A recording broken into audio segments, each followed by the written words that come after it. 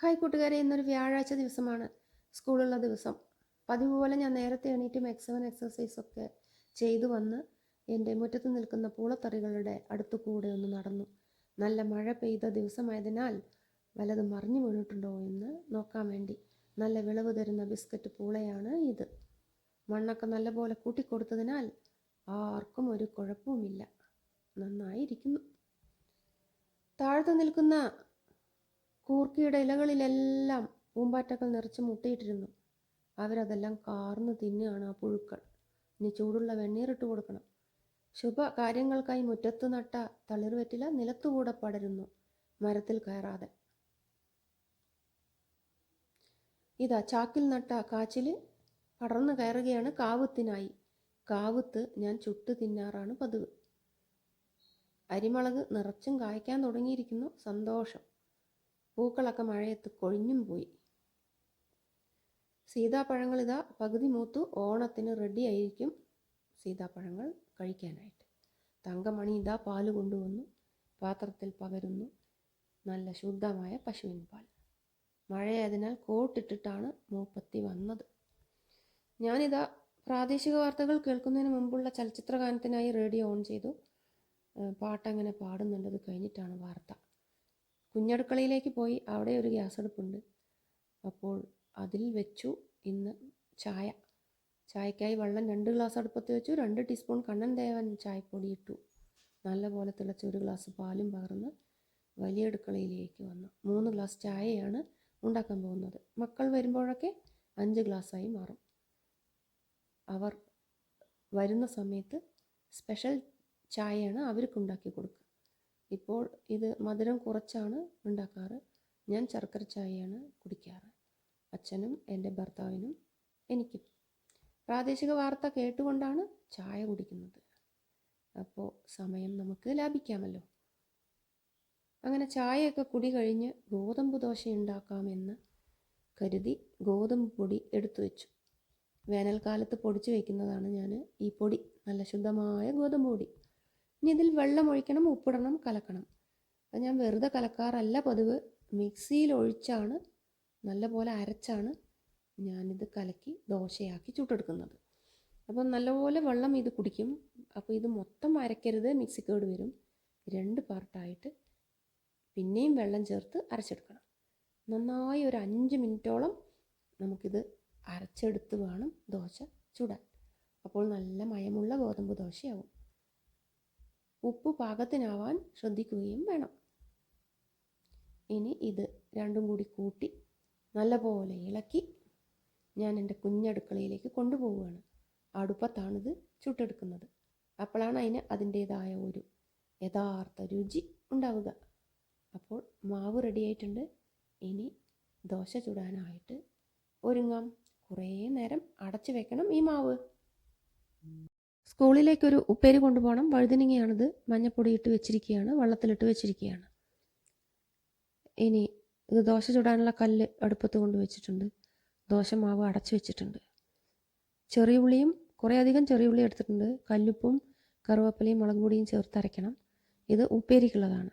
ഇനി ഗോതമ്പ് ദോശയ്ക്കുള്ള ചട്നിക്കുള്ളതാണിത്. വലിയ മുളക്, കറുവേപ്പില, 4-5 ചെറിയ ഉള്ളി, കല്ലുപ്പ്, ഒരു നാളികേരം. ഇനി ഇതെല്ലാം വറുത്ത് അരയ്ക്കണം. നാളികേരം വറുക്കേണ്ടതില്ല. നേരം ഇപ്പോൾ 7:30 മണിയായി. ഇനി ഞാൻ പതുക്കെ കുളിക്കാനൊന്ന് പോകട്ടെ. കുളിച്ച് വന്നിട്ടാണ് ഞാൻ ദോശ ഉണ്ടാക്കാറ്. അപ്പോഴേക്ക് അച്ഛൻ കുളി കഴിഞ്ഞ് വരികയുള്ളൂ, ഹസ്ബൻഡ്. അവർക്ക് ചൂടോടെയാണ് ദോശ ചുട്ടു കൊടുക്കാറ്. ഞാൻ കുളിക്കാനായിട്ട് പോയി ഹീറ്റർ ഇട്ടു. അപ്പോൾ ഹീറ്ററിനൊരു മിനുങ്ങലുണ്ട്. കറണ്ട് പോയും വന്നും കൊണ്ടിരിക്കുന്നു. തൊടിയെല്ലാം മഴ പെയ്ത് നല്ല ഭംഗിയിൽ നിൽക്കുകയാണ്. ഇനി സ്കൂളിലേക്ക് പോകണം. തുണികളെല്ലാം ഇവിടെയാണ് തോരിയിടുന്നത്. ഇവിടെ തന്നെ ഞാൻ തേക്കാനുള്ള സൗകര്യമുണ്ട്. തേങ്ങ എല്ലാം പൊളിച്ച് ഹംസാക്ക ചാക്കിലാക്കി വെച്ചിട്ടുണ്ട്. നിറയെ നാളികേരം കിട്ടിയിട്ടുണ്ട്. ഒക്കെ പൊളിച്ചിനി കടയിൽ കൊണ്ടുപോയി കൊടുക്കണം. 2 ദിവസമായി ഹംസാക്ക പൊളിച്ചെടുത്ത നാളികേരമാണ് ഇത്. മാവെല്ലാം റെഡിയായി വരുമ്പോഴത്തേക്കും പാലിലെ നെയ്യൊക്കെ ഞാൻ മാറ്റി വെച്ചു. 1 ഗ്ലാസ് മുതിര വെള്ളത്തിലിട്ട് വയ്ക്കുകയാണ്, വറുത്ത മുതിര.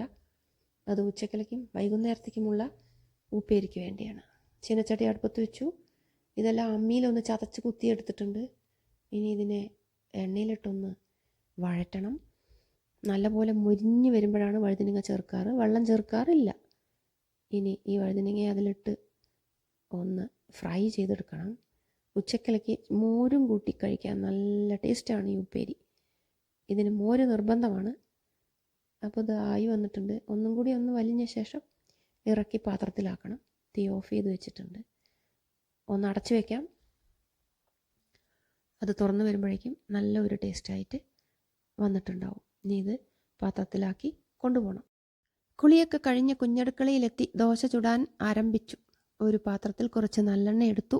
തൊടിയിൽ പോയി ഒരു വാഴയുടെ കമ്പ് വെട്ടിക്കൊണ്ടുവന്ന് ചതച്ച് കുറച്ച് സവാളയും പൊടിയായി അരിഞ്ഞു വെച്ചിട്ടുണ്ട്. ഇത് ഔഷധ ഗുണമാണ് ഈ ഒരു തണ്ട് തേച്ച് ചുടുന്ന ദോശയ്ക്ക്.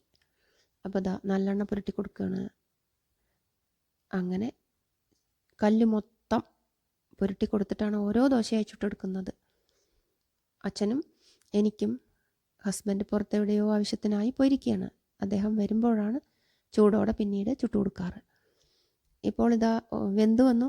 ഗോതമ്പ് ദോശ ചുടുമ്പോൾ പ്രത്യേകം ശ്രദ്ധിക്കണം, അധികം തീ പാടില്ല, അല്ലെങ്കിൽ അത് കരിഞ്ഞു പോകും. കുറച്ച് നെയ്യ് കൂടെ തൂവിക്കൊടുത്ത് പൊടിയായി അരിഞ്ഞു വെച്ചിരിക്കുന്ന സവാള ചുറ്റിനുമിട്ട് മസാല ദോശ ചുട്ടെടുക്കണ പോലെ ഒന്ന് മടക്കിയെടുക്കണം. ഒരുപാട് വേവാൻ പാടില്ല. കരിഞ്ഞു കഴിഞ്ഞാൽ അതിന് അതിൻ്റേതായ ഒരു രുചി ഉണ്ടാവുകയില്ല. അപ്പോൾ ഇത് ചൂടോടെ തിന്നാൻ പ്രത്യേകം ശ്രദ്ധിക്കണേ, അല്ലെങ്കിൽ ഇതിന് ഒരു രുചിയും ഉണ്ടാവില്ല. മാവ് കുറേ നേരം കലക്കി വെച്ച ശേഷമാണ് ഞാനിത് ചുട്ടെടുക്കാറ്. അപ്പോൾ ഇങ്ങനെ ഓരോന്നായി ഞാനങ്ങനെ ചുട്ടെടുത്തു. ഇപ്പോൾ തിളപ്പിച്ചാറിയ വെള്ളം എൻ്റെ കുപ്പിയിലാക്കി സ്കൂളിലേക്ക് പോകാനുള്ള ഒരുക്കത്തിലാണ്. അപ്പോൾ ഞാൻ കുപ്പിയിൽ വെള്ളമൊക്കെ ആക്കി വെച്ചു. ഉപ്പേരിയൊക്കെ ഒരു പാത്രത്തിലാക്കി വെച്ചു. ഒരു പാലക്കാടൻ രുചിയാണ് ഈ ഉപ്പേരിക്ക്. അതുകൊണ്ട് തന്നെ അത് ഞാൻ എന്നും എന്തെങ്കിലും ഒരു വിഭവം കൊണ്ടുപോകും. ചട്നിയൊക്കെ അരച്ചു, വറുത്തരച്ച് വെച്ച ചട്നി, ഇഡ്ലിപ്പൊടി, ദോശ ഞാനും അച്ഛനും കൂടി കഴിക്കാനിരുന്നു. ഞാൻ വേഗം കഴിഞ്ഞ് പുറത്തു പോയി മാതൃഭൂമി പത്രം വന്നിട്ടുണ്ട്. പോർഷൻസൊക്കെ എങ്ങനെ തീർക്കുന്നുള്ള വാർത്ത കണ്ട് അത് വായിച്ച് സങ്കടപ്പെട്ടിരുന്നു. പിന്നീട് ഞാൻ സ്കൂളിലേക്ക് പോകാനുള്ള പുറപ്പാടിലായി. അച്ഛൻ അങ്ങനെ കഴിക്കട്ടെ പതുക്കെ. അച്ഛന് 90 വയസ്സാവാനായി. പക്ഷേ അദ്ദേഹത്തിൻ്റെ കാര്യങ്ങളൊക്കെ അങ്ങനെ നോക്കുന്നു. ഇടയ്ക്കൊക്കെ ഒന്ന് വയ്യാതായപ്പോൾ സങ്കടമായി. ഇപ്പോൾ ശരിയായി. ഞാനങ്ങനെ എൻ്റെ റൂമിലോട്ട് പോയി എൻ്റെ ചുരിദാറൊക്കെ ഞാൻ ഇട്ട് പുറത്തോട്ട് വന്നു. ബാഗൊക്കെ എടുത്ത് പുറത്തോട്ട് വന്നപ്പോൾ നല്ല മഴയാണ് പെയ്യുന്നത്. മുറ്റത്തെല്ലാം വെള്ളം. എൻ്റെ സ്കൂട്ടിയിൽ ഞാൻ എങ്ങനെ പോകുമെന്ന് സങ്കടപ്പെട്ട് നിൽക്കുമ്പോൾ ഹസ്ബൻഡ് വന്നു. അങ്ങനെ ഞാൻ കാറിൽ കയറി. കുടയൊക്കെ എടുത്തിട്ടുണ്ട്. നല്ല മഴയാണ്. ഓരോ വണ്ടികൾ അങ്ങനെ നീങ്ങി തുടങ്ങുന്നു. കുട്ടികളൊക്കെ സ്കൂളിലേക്ക് പുറപ്പെട്ട് അങ്ങനെ പോകുന്നു. വെള്ളം തെറിപ്പിക്കാതിരിക്കാൻ മാക്സിമം നോക്കുന്നുണ്ട്. അങ്ങനെ കൊടിയംകുന്ന് വഴി എൻ്റെ സ്കൂളിലേക്ക് ഉള്ള യാത്രയിലാണ് ഞാൻ. സൈഡ് സീറ്റിലിരുന്നു മഴ ആസ്വദിച്ചൊരു പാട്ടൊക്കെ കേട്ട് അങ്ങനെ കോട്ടപ്പള്ള ടൗണിലേക്ക്, എടത്തനാട്ടുകര കോട്ടപ്പള്ള ടൗണിലേക്ക് ഇതാ അവിടെ എത്തിക്കഴിഞ്ഞു. എൻ്റെ സ്കൂളിലേക്ക് 9 കിലോമീറ്റർ ഉണ്ട് എൻ്റെ വീട്ടിൽ നിന്നും. ഞാൻ ദിവസം സ്കൂട്ടിയിലാണ് പോവാറ്. ഞാൻ കാറൊക്കെ ഓടിക്കാൻ പഠിച്ചെങ്കിലും ഇപ്പോൾ കുറേ ആയിട്ട് ഓടിക്കാറില്ല. അങ്ങനെ ഇതാ ഈ കോംപ്ലക്സിൽ എത്തിക്കഴിഞ്ഞു. ഓണമാവണം കുറച്ചൊക്കെ പച്ചക്കറി ആയി കിട്ടാൻ. അപ്പം ഞാനൊരു കടയിൽ കയറി കുറച്ച് പച്ചക്കറി വാങ്ങാൻ തീരുമാനിച്ചു. കോട്ടപ്പള്ള ടൗണിലെ മഴയൊക്കെ ഒന്ന് തോർന്നു. എൻ്റെ കാറൊക്കെ നനച്ച് മഴ പോയി. ബസ് അതാ നിൽക്കുന്നു എനിക്ക് പോകാനുള്ളത്. പച്ചക്കറിയൊക്കെ കവറിലാക്കി മൂപ്പര് എൻ്റെ കാറിൽ വെച്ച് കൊടുക്കുകയാണ്. അങ്ങനെ ഹസ്ബൻഡ് പോയി. തുടർന്ന് ഞാൻ ബായ് ബസ്സിൽ കയറി. ഇപ്പോൾ അവൻ്റെ പേര് കൊടശ്ശേരി എന്നാണ്. 29 വർഷമായി ഈ കോഴിക്കോടൻ വണ്ടിയെ ഞാൻ കാണലും ഇതിൽ കയറലും തുടങ്ങിയിട്ട്. കൂടെ ഞാൻ തന്നെ 2ാം ക്ലാസ്സിൽ പഠിപ്പിച്ച ലാമിയ കൂടിയുണ്ട്. അവളിപ്പോൾ എൻ്റെ സഹപ്രവർത്തകയായി വന്നിരിക്കുന്നു. സന്തോഷം. ഒരുപാട് വളവും തിരിവുമുള്ള റോഡാണ്. കുട്ടികളൊക്കെ ഇങ്ങനെ കോട്ടിട്ട് പോകുന്നുണ്ട്. ഞാനങ്ങനെ സ്കൂളിലെത്തി. സഹപ്രവർത്തകൻ നാസർ മാസ്റ്റർ ബഹുമാനപ്പെട്ട കാളികാവ് പഞ്ചായത്ത് മെമ്പറാണ്. എൻ്റെ ചിടുങ്ങുകൾ എന്നെയും കാത്തുതാ നിൽപ്പുണ്ട്. ഇനി പൂമ്പാറ്റകളെയൊക്കെ അറിഞ്ഞ് അവർക്ക് പറഞ്ഞു കൊടുക്കണം. എൻ്റെ 2ാം ക്ലാസ് ശിഷ്യപ്പോൾ ടീച്ചറായി വന്നിട്ടുണ്ട് ഷഹാന മിസ്. സ്കൂളിലും മഴ തകർത്ത് പെയ്യുകയാണ്. കുട്ടികളെല്ലാം മഴ ആസ്വദിക്കുകയാണ്. എൻ്റെ ഫോണിന് ഞാനിനി റെസ്റ്റ് കൊടുക്കുന്നു.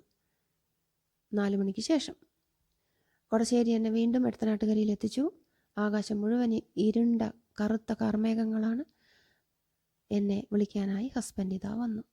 എടത്തനാട്ടുകരയിൽ നിന്നും NSS എസ്റ്റേറ്റിൻ്റെ മുന്നിലൂടെ മൂച്ചിക്കൽ ടൗണൊക്കെ കടന്ന് കൊടിയംകുന്ന് വളവിലെത്തിയിരിക്കുകയാണ് കാറ്. റൈറ്റിലോട്ട് പോയാൽ ഉണ്ണിയാൽ വഴി മണ്ണാർക്കാട്, ലെഫ്റ്റിലോട്ട് പോയാൽ കണ്ണംകുണ്ട് വഴി അലനല്ലൂർ വഴി മണ്ണാർക്കാട്. ഈ വഴിയാണ് മണ്ണാർക്കാട് പോകാൻ എളുപ്പം. അപ്പോൾ അങ്ങനെ ഈ അപകടവളവ്, ഇവിടെ ഒരു അപകടവളവുണ്ട്, അത് കഴിഞ്ഞ് ഞാൻ എൻ്റെ അരുണോദയത്തിൻ്റെ മുന്നിലെത്തിയിരിക്കുകയാണ്. ഇനി കാർ ഉള്ളിൽ കൊണ്ടുപോയി പാർക്ക് ചെയ്യണം. ചാറ്റൽ മഴയാണ് ഉള്ളത്. കനത്ത മഴയൊക്കെ പെയ്തു കഴിഞ്ഞു. ഞാൻ ഫ്രണ്ടിലിരുന്ന് ഇങ്ങനെ ഷൂട്ട് ചെയ്തുകൊണ്ടിരുന്നു. അങ്ങനെ കാർ അവിടെ പാർക്ക് ചെയ്തു. അങ്ങനെ എൻ്റെ വീടെത്തി അടുക്കളയിലോട്ട് പോയി. അവിടെ എൻ്റെ വീട്ടിൽ നിൽക്കുന്ന സുലോചന എന്ന കുട്ടി, അവൾ ചോറൊക്കെ ഉണ്ടാക്കി വെച്ചിട്ടുണ്ട്.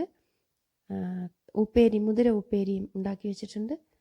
ഒരു പരിപ്പിട്ട മുരിങ്ങക്കറിയും ഉണ്ടാക്കി വെച്ചിട്ടുണ്ട്. ഇനി അച്ഛനുള്ള ഗോതമ്പ് ദോശ അല്ലെങ്കിൽ എന്തെങ്കിലും ഒരു ഗോതമ്പ് കൊണ്ടുള്ള പലഹാരം വൈകുന്നേരം ഉണ്ടാക്കി കൊടുത്താൽ മതിയാകും. ഇപ്പോൾ ഇത് അച്ഛൻ തണുത്തിരിപ്പാണ്. ഞാൻ ഒരു സ്വെറ്റർ എടുത്തുകൊണ്ട് കൊടുത്തു. അതൊക്കെ ഇട്ട് ഇനി ഞാൻ വരുന്നത് വരെ അവിടെ അങ്ങിരുന്നോളും. ഹസ്ബൻഡ് കൂട്ടിനുണ്ടേനും. അപ്പോൾ അച്ഛൻ വയ്യായിരുന്നു, ഇപ്പോൾ ശരിയായി. ഇനി രാമായണം വായിക്കാം. അങ്ങനെ അച്ഛനോട് പറഞ്ഞ് ഞാൻ എടത്തനാട്ടുകര കൊടിയംകുന്നുള്ള കരിമനപ്പങ്കാവിലേക്ക് യൂസഫക്ക എന്നെ അവിടെ കൊണ്ടുപോയി വിട്ടു. ഇവിടെ മഴയൊക്കെ തോർന്ന ഒരു അന്തരീക്ഷമാണ്. രാമ ഹരേ ജയ രാമ ഹരേ ജയ രാമ ഹരേ ജയ രാമ ഹരേ. സുന്ദരകാന്ഡം.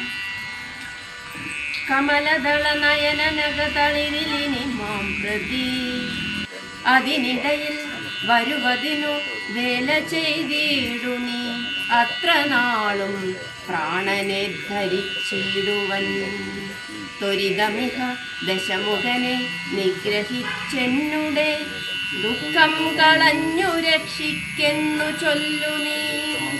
രാമായണ വായന കഴിഞ്ഞ് വീട്ടിലെത്തി വിളക്കൊക്കെ വെച്ചു. അതിനുശേഷം ഞാൻ എൻ്റെ ഷൂട്ടിങ്ങിലേക്ക് പോവുകയാണ്. 7ാം ക്ലാസ്സിലെ കലാവിദ്യാഭ്യാസം ഷൂട്ട് ചെയ്യണം. ഈ വീഡിയോ ഒന്ന് എഡിറ്റ് ചെയ്യണം. അതിനുശേഷം സുഖമായി ഉറങ്ങണം. അപ്പോൾ കൂട്ടുകാരെ, അടുത്ത വീഡിയോയിൽ കാണും വരെ